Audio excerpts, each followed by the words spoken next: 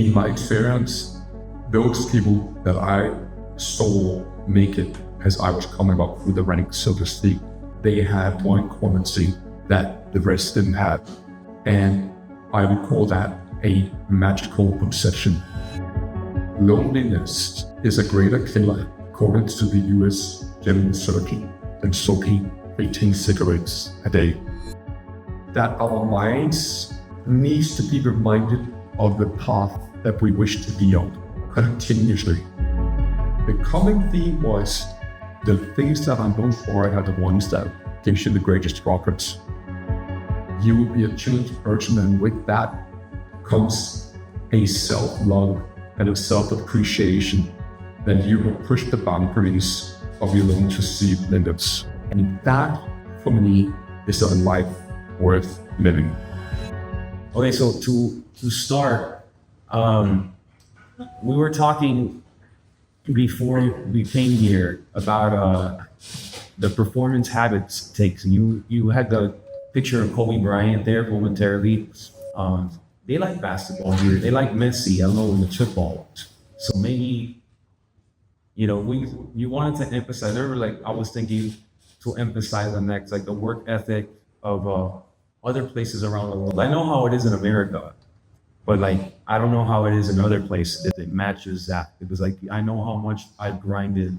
Then you emphasize on Tiger Woods, Kobe Bryant, and I think it's so important because of the work. And I know I've seen some intense videos of you from a few years ago where you talked about on the weekend you're studying the chart and Tiger Woods, the coins, and how perfect practice, how important that is. So I wanted to emphasize to the Latin traders how important that perfect practice. So nosotros vamos a empezar con la importancia de practicar perfecto. So let's see, I'm gonna attempt to translate John's answers. So you want me to make a question for myself to begin with? Yes. To start off? Absolutely. Go ahead, Ian. Okay. Now I have a young daughter. She's 9 years old. And I also have a son. He's 28. When I talk to them, the reality of their world is that their father made it so that they don't have to. And that worries me. Because I think the circumstances that paved the way to the person that is sat in front of you today was one of adversity. And so if I remove all the obstacles for my children, I am concerned that I am doing them a disfavor, that I'm a bad father. You too are my children tonight. And I will say to you what I am saying to my son, and I'm saying to my daughter, or my daughter being guy probably doesn't quite appreciate it yet. But I think you will.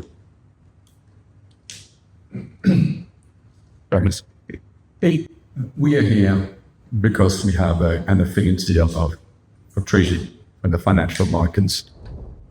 But for all intents and purposes, this could be an event about golf, tennis, but it could be a writing class, writing that next great novel or whatever it is. In my experience, those people that I saw make it as I was coming up through the ranks, so to speak, they had one quality that the rest didn't have. And I would call that a magical obsession. An obsession that simply prevented them from considering any other possibility than their chosen pursuit. But But I have to warn you. I do, because there is a price to be paid for being magically obsessed with something. And that warning is that it's incredibly difficult for those around you to perhaps understand just how important it is for you to pursue the dreams. I read recently being 2 days ago, I read that loneliness is a greater killer, according to the US General Surgeon, and is a greater killer than smoking 18 cigarettes a day. And that kind of shocked me, because I don't think I'm lonely, and I don't consider myself lonely, and I have a circle of friends. But I also know that there are many times when that circle of friends, they reach out to me and say, hey man, it's been a while, are you okay? No. But because you're so obsessed with achieving whatever it is that you wish to achieve, and you have forgotten that there is another side to life beyond just the confines of this cubicle. And I think that's fine when you're coming off and you're young. But I must admit that in later life, it's perhaps quite normal for a 56-year-old man to have almost 20 hours dedicated practice every single week. But I rationalize it by saying, it gives me joy. And it means that I'm authentic to myself. I'm not pretending. So when I am with friends, it's because I want to be with friends. And I take comfort in other high achievers around me. I look at Alex Honnold, for example, who I madly inspired by. Not because I watched him climb Taipei 101. No, thank you. But because I can see that he didn't get to where he is today by luck or by chance. He was doing some numbers to you, the devotion then. And that to me is comforting. And that's why it gives me comfort to be here in front of you today. Because I dealt with honesty and integrity, saying, you will be a very different person. Take into consideration what Anders Ericsson is talking about with deliberate practice, or what I have been talking about in terms of practice. You will be a very, very different person. And while you may not make the Elon Musk gazillions, you will be a changed person, and with that comes a self-love and a self-appreciation that you will push the boundaries of your own perceived limits. And that, for me, is a life worth living. Yeah. Amen.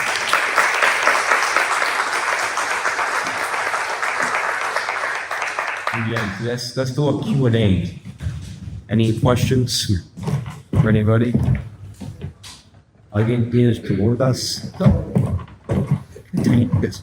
For example, how do you only come to yourself after a long span of the session? Let's say let's say nonsense. How do you reprogram the mind? How do you avoid the EdgetoTrade? Because that is when things go wrong right at the start. Yes. So the question is, how do you resaddle after you fall off the horse in the first trade? And how do you stop from seeking revenge on the market? And can I tell you about today? I was working on the premise that we would need to be short over the weekend, and I was short over the weekend, and then the market gaps down by many hundred points, and you're quite excited because you've been thinking about practically nothing else all weekend, and you're scouring the news. Is it good news? Is it bad news? And usually when you are in a crisis situation like we are now, it is a really good idea to generally be short over the weekend. Experiences taught me that. And then this trading session begins and the market falls even further. And you have that tingly sensation of this is going to be a really big one. Really. This isn't just your normal 1x trade or 2x trade. We are talking about 10x and 15x. It's going to be big. And then it gets taken away from you. Just like that. Someone sporadic comment somewhere. I just saw on CNBC there's a news story floating around now, this very moment, that 5 minutes or 10 minutes before the big spike up, there was a small spike up, and they couldn't explain why that is, and it seemed like what we call front running. Yeah. In other words, somebody new. Yeah, so A very, very esteemed trader reached out to me and said, "How do you feel?" I just got absolutely rocked. He didn't use those words. He used a slightly more sexual vulgar. yeah. How he felt. And he said, this market is so manipulated. And that's it. I'm sharing the frustration with him. Every sentence, every part of it I do. And that's what to answer your question. But just to say that I too got sexually violated before I got here, and not in a nice way. Said I. How do you get back on the horse? When I worked at the trading desk, it was a reoccurring pattern among humans to trade very, very well for weeks or months at a time.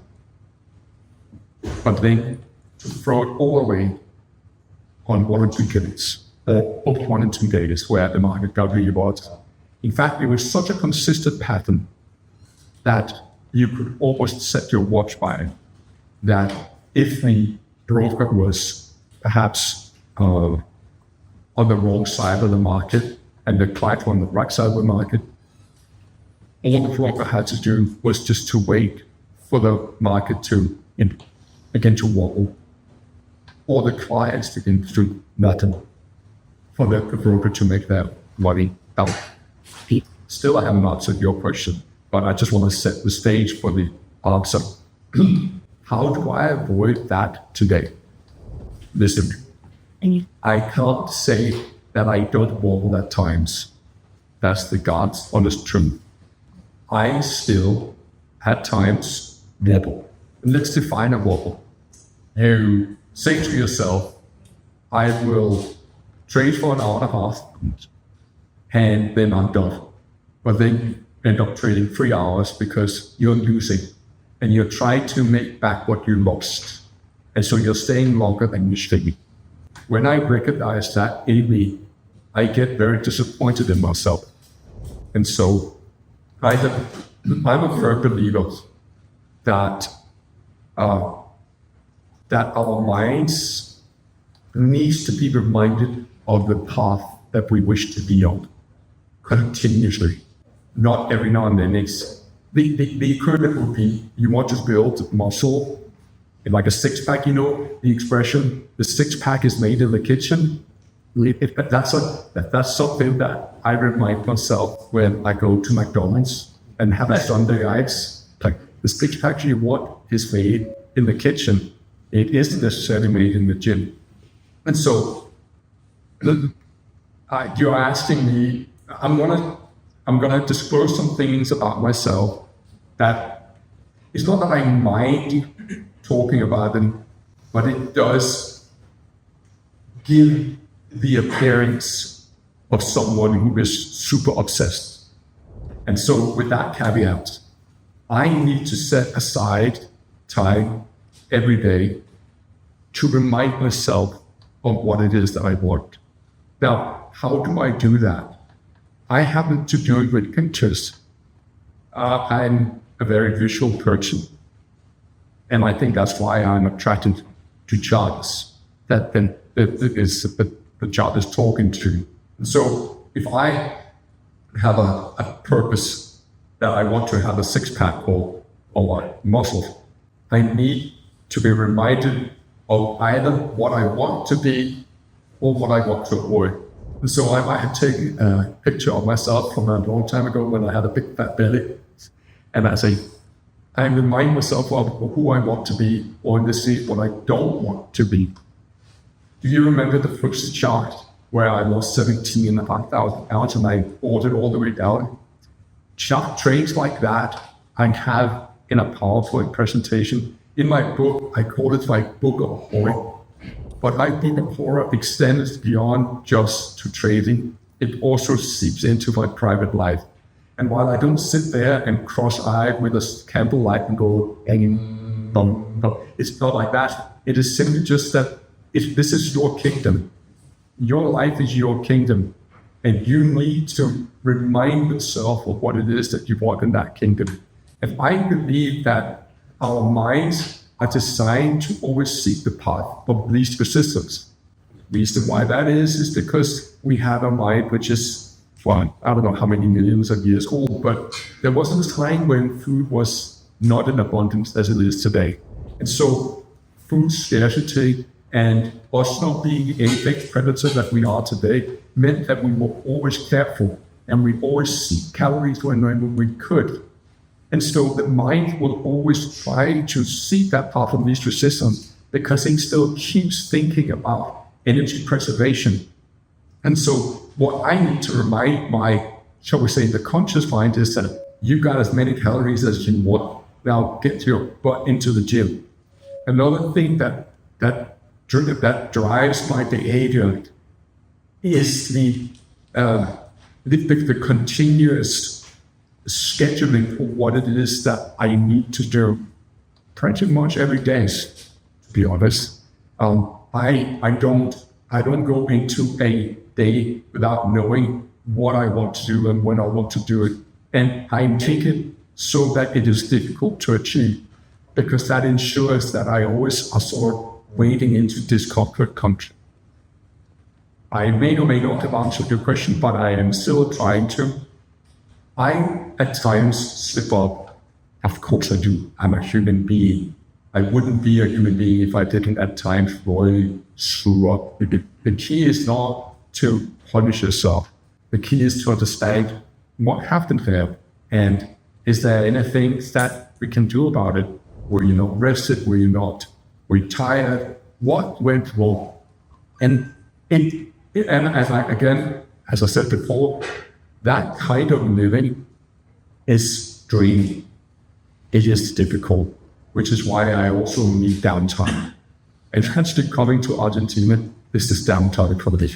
I really enjoy this. I don't have to perform. I do, but not like that. I'm just talking from the heart. Today this is not contrived. I'm just speaking my truth. And so when I fall off the horse, which happens, I make sure that as part of my audit, I read you what went wrong. So if you want a concrete example, yes, I got an example. About 4 or 5 days ago, the FTSE was trading at 10,425. And the FTSE had just broken the hourly low. And I sold short with a stop loss above the high of the hourly bar. And the market went here. Go like this. Same. That trade turned into 1x, 2x, 3x, 4x. And I made a mistake. I asked someone that I actually do respect. I asked her, hey, what do you think the target is on this trade? Because I'm in pretty big here. And I have a 25-point stop loss, but I already got a 100-point profit, so it's already 4x. Pretty good. And she said, she showed me some charts and well, this is the target area. And I okay, fine, I'll take profit. So I took profit. And now 4 or 5 days later, that trade, I made 100 points, which is not a bad trade for a 25-point risk. That trade is now worth 700-800 points, at least before today's spike. That to me is something that I really hurt me. And I wanted to blame her. But that would be a mistake. So the mind's natural gravitation would be find somebody to blame. And I recognized that trait and I said, no, that's on you, buddy. A, you asked for help. And so she gave it to you using all the information she had at the time. But B, you had a gut feel that you should stay in this, but you listened to that part of your brain that didn't want the discomfort. Because when you are in positions and you are in a profit, it is discomfortable because, well, hey, the market couldn't take away your profit, right? That's why we close the sessions, even if you don't have a reason to, because we are scared that the market will take away that open profit that we have. So it's on you. And do you see how I've turned a projection towards somebody else internally? And that feels to me good because I know I've done something right.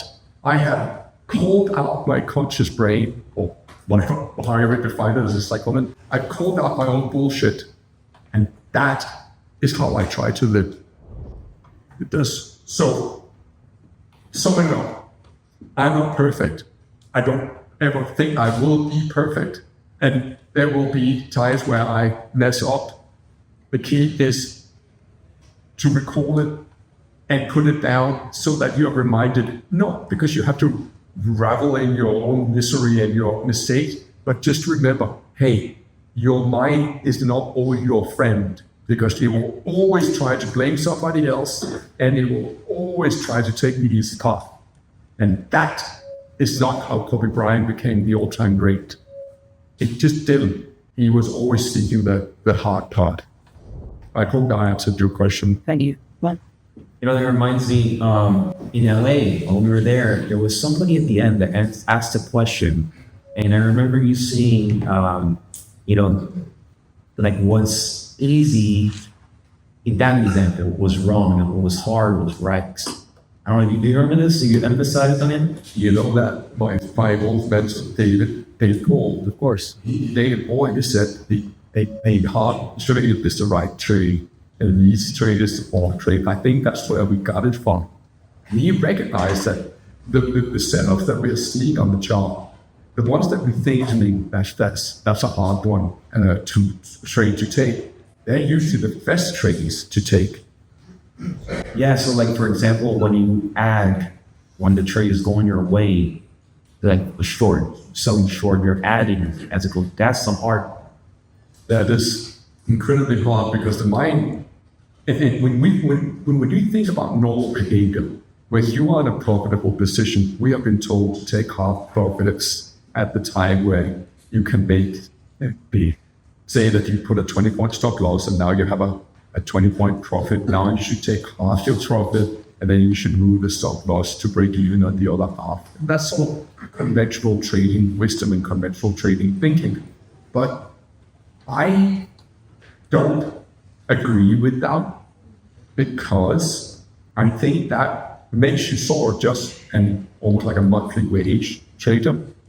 And I think it's my bad trades that serves as stepping stones for how I want to be. So the FTSE trade, can you all remember the FTSE trade in your mind's eye? It's pretty visual, isn't it? So I kept having it as it went down stupidly.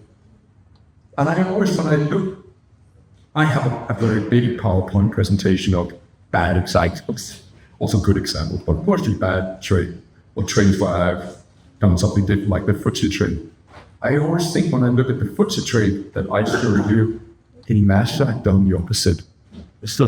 I always think, imagine I sold short and then I sold near and I said, oh, hack and take. And so I'm fueled by that, the idealistic version, the ideal outcome. And that is almost always, correction, that is always the hard way on trading. And I would think that anybody who had shorted there would have still been short going down. That's the kind of behavior that drives me. As again, there's a flip side.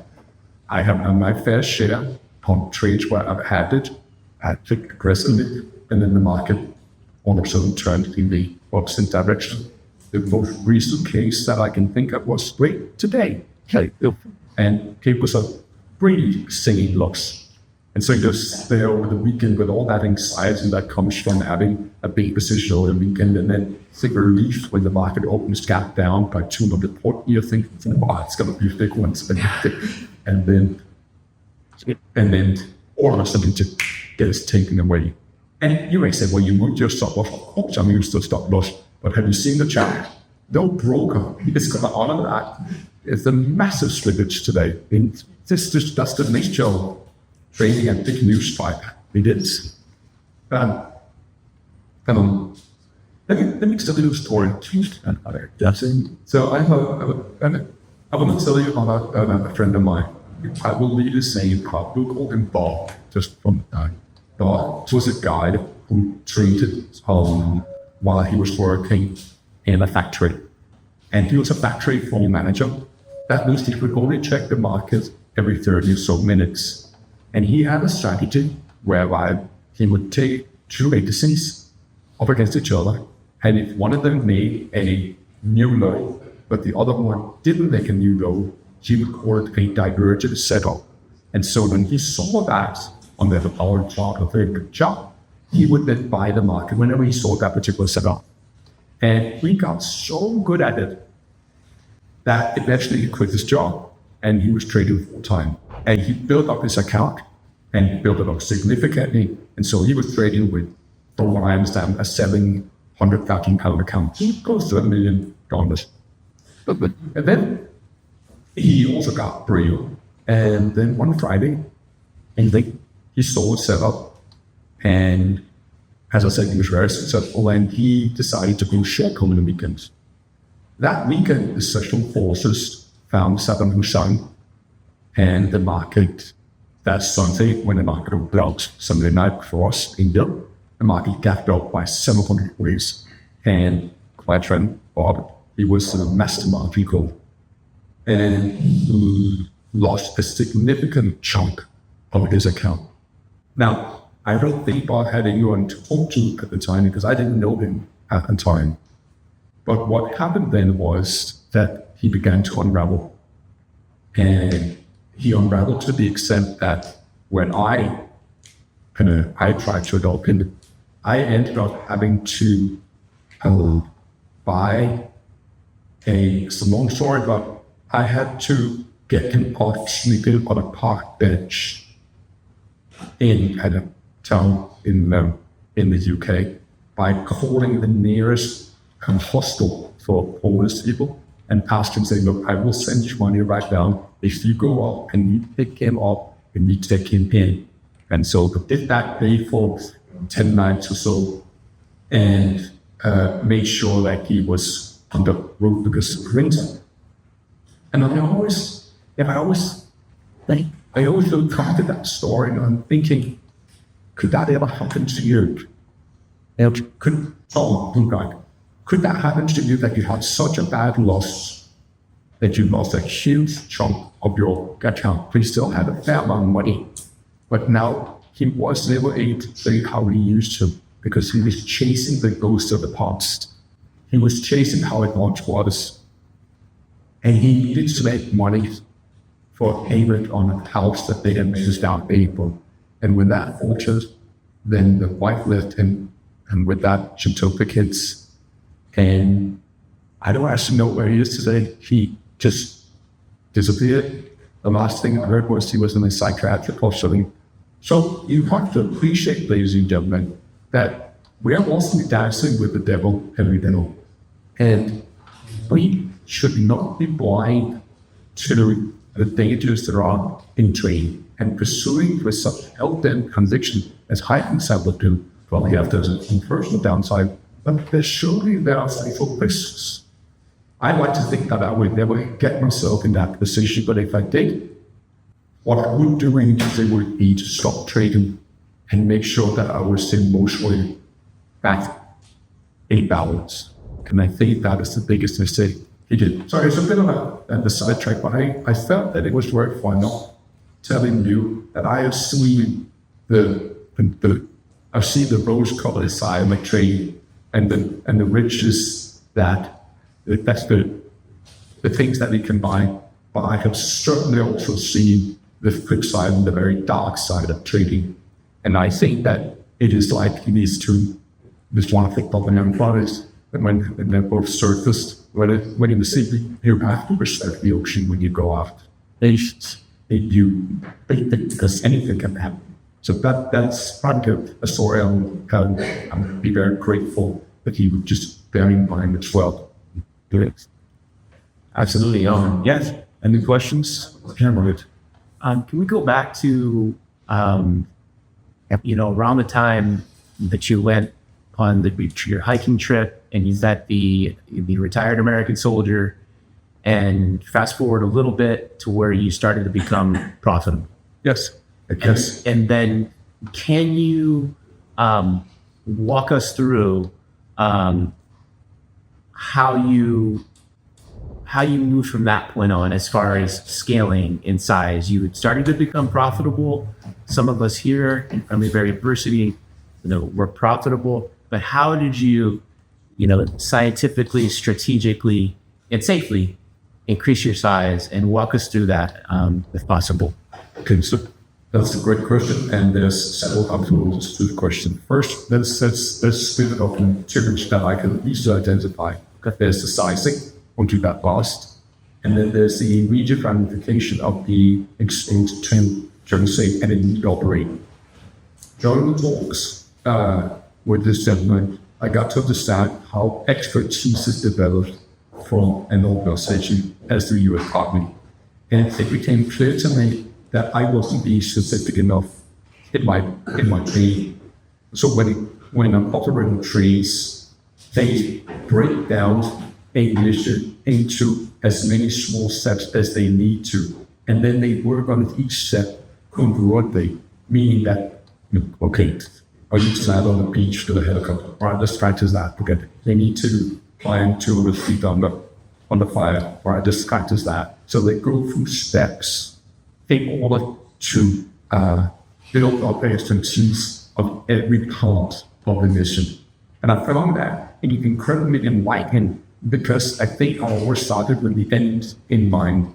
Okay, I want to make 100 points on this, but I didn't actually ever think from how are you going to steal from the moment of inception to the 100 points being achieved. Because you will think maybe golf between 0 points and 100 points. You're going to be tempted at 25 points. You're going to be tempted at 40 points. You're going to be tempted at 50 points. I mean, there will be so many intermittent steps between inception and outcome that you need to process. And so I began to be much more aware of what I was thinking when I was trading. Those spontaneous thoughts that pop into your mind from God knows where, and chooses actually you're subconscious. I began to become much more mindful of what I was thinking when I was thinking, and also I spoke to myself. And so I would say that my level of preparation after meeting this gentleman increased to a level that I personally haven't seen anybody in my trading community. Okay, I haven't seen anybody being so devoted, and even David Paul or America's Avento or Bryce Hill or some of the other greats that I have been exposed to went to that degree of preparation and review. I say that the greatest trading education is actually your broker statements, because in there is where the real force of you will lie. So if you actually have the courage and the conviction against the database. But then I think that sort of answers that first part of the question. The second part of the question was something that David Paul said to me that really resonated with me. David Paul was very much an individual called he was terribly inspired by Eckhart Tolle, who made his case upon Alan now. And he was very much of the idea that there's only one place where you don't experience fear, and that's in the present moment. And that's why I asked you at lunch when you went out in those 12 ancient feet on the North Shore. I asked you, when have you experienced fear? And when you, sorry, I said it was also Coastal California, isn't it? Truthfully, next. When you experienced fear, if you analyze that fear that you felt, it was almost inevitably because you were transported into a future place. Your mind took you from this moment now to somewhere else in the future where you would potentially get hurt rather than dealing with this one. Easier said than done. I would shit myself if I had been in the same situation than you, but it's all degrees of variability to this that what I could barely watch Alex Honnold climb typing one without getting sweaty hands. But to him, it's just routine. And then I think that will come through exposure. That's what the elite soldier feel that through repeated exposure into the discomfort zone, you become seasoned and you are able to process and accept more and more discomfort as being the norm. And the tool that I used for increase in training size was exactly that. And I happen to, David Paul happened to say, you do 30 trades. It could be 25, it could be 35, but there was this exercise that he called the 30 trades. And he was very specific about that, meaning that you do the 30 trades at a size that is not quite an organic thing, but it's not quite, oh my God, it's a nail biter. It's that sweet spot. But you have to understand that that exercise is available to every single trader on planet Earth. But actually doing it is tedious, it's repetitive, quite frankly, it's boring. But when I studied Anders Ericsson's work on musicians and expertise operators, the common theme amongst all the experts in whatever vocation he interviewed and studied, the common theme was the things that are known for are the ones that gives you the greatest profits. It's that repetition, the churning of repetition. It is tedious to go through the exercise because you want to trade bigger. But what happens chemically is that you're not overwhelming your amygdala, what we call the fear center. You're just sort of at the threshold of, I'm okay with this. And then next time, well, now you can accept a little bit more. You can accept a little bit more. I always use the example of Charles Pinseed. I wrote about it in my book. So Charles Pinseed was almost like a juggling artist in I think it was Paris. He's definitely French. And then he saw that they were building the Twin Towers, the World Trade Center. And this is 1969. And he had this magnificent obsession. He wanted to line darts across the two. And I dug deep in the archives and I found a picture of him practicing. And here's the funny. You imagine those World Trade Centers. That's like you trading the biggest wave ever on the World Show, right? It's just like scary. But I found a picture of him in a field in France, and the line is about this high above the ground. Yeah, this line, from here to there.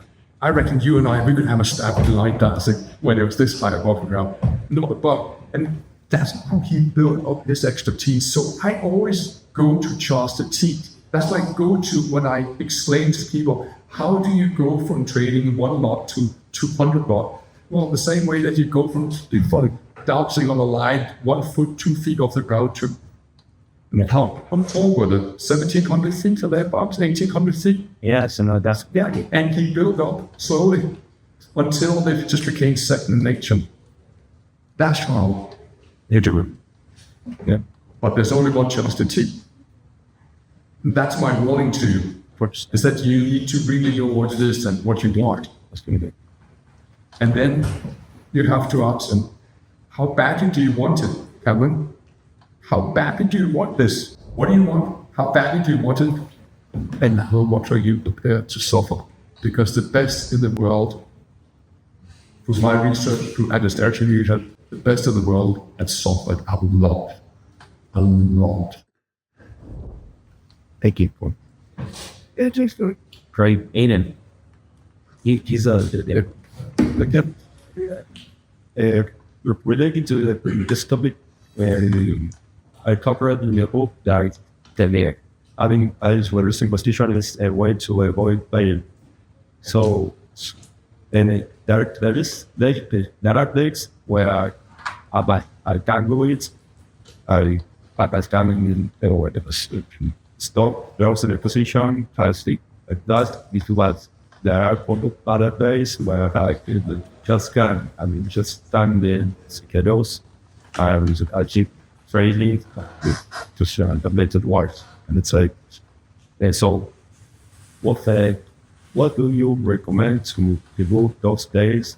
Just a question. So, a good question. It's so specific because they were exactly what you said. After those days, I get a few days in a row that it will just get worse. So I use knowledge. I don't know how to stop. I have to recover from that sense of life that is like themed or like. That's a great question.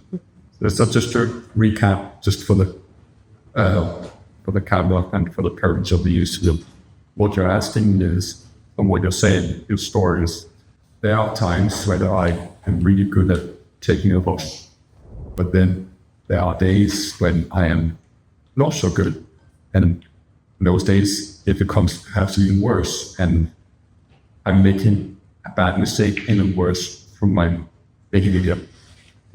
To sort of roughly sum it up, so now you're asking me, what do I recommend a class to come to grips with that situation? I can't wait to answer because I recognize that from the study of myself. So, there were. Sorry, I'm still laughing because. Yeah, but I just want to ask if you lost your confidence in what are you doing with this car and this situation come, and you lost your confidence in what are you doing? Okay. Or not? Just like, Yeah, of course. Okay. So to answer your questions first, I recognize that trait, and I bet you there's not a single person here who has not been a similar situation. You can't really call yourself a trader if you haven't had a mishap like that, or many of them. When I began to become mindful of what my mind's input into the trading was, I recognized that there were two factors that was the precursor for what you said to me. One, I was tired. I had saved longer than I should have, or I hadn't fed myself well, or my blood sugar was low, or now it's not like I'm diabetic. I keep talking about blood sugar, but I'm just such a big believer in constant energy. High energy output requires good input. And so when I am in a situation like that, I recognize, I think you're tired, mate. You haven't slept enough, or you, whatever it may be. That was the first thing I recognized. The second thing I recognized was, so I'm just going to stand up because of one. I found out that it's always when the market was bloody trending that I made mistakes like that. I always seemed to be on the wrong side of the market when it was a one-way street. Why was I never long all the way when the market kept rallying? Why was I kept fighting the trend? Or why did I insist on wanting to be a buyer when the market was falling? And so I recognized that in me, that there was this desire to want to prove to the market that I knew better than it did. And I think that both the fatigue, but also that desire to say to the market, I'm the boss. That's what I needed to work on. And it helps me tremendously now to be almost like a blank vessel, like a blank sheet, empty vessel, and just try and go with the flow. And one of the things that I caught myself thinking today, when I'm short the FTSE, different position than the one I spoke about earlier, and I'm short the DAX. And about 20 or 30 minutes into the trading session, and my P&L is really good, I had this thought, maybe I should take profit. And you didn't. No, but that was the right thing to do, to not take profit. But it just goes to prove that even the most stoic mind, with the most fervent mindset, you can never completely be without that voice, the back of the head, maybe you just take it, call it a day. It's like the easy path. So don't think that you are ever out in the battle, because you're never out in the battle, ever. But it helped me tremendously to acknowledge that those two factors were important. One, you haven't rested enough.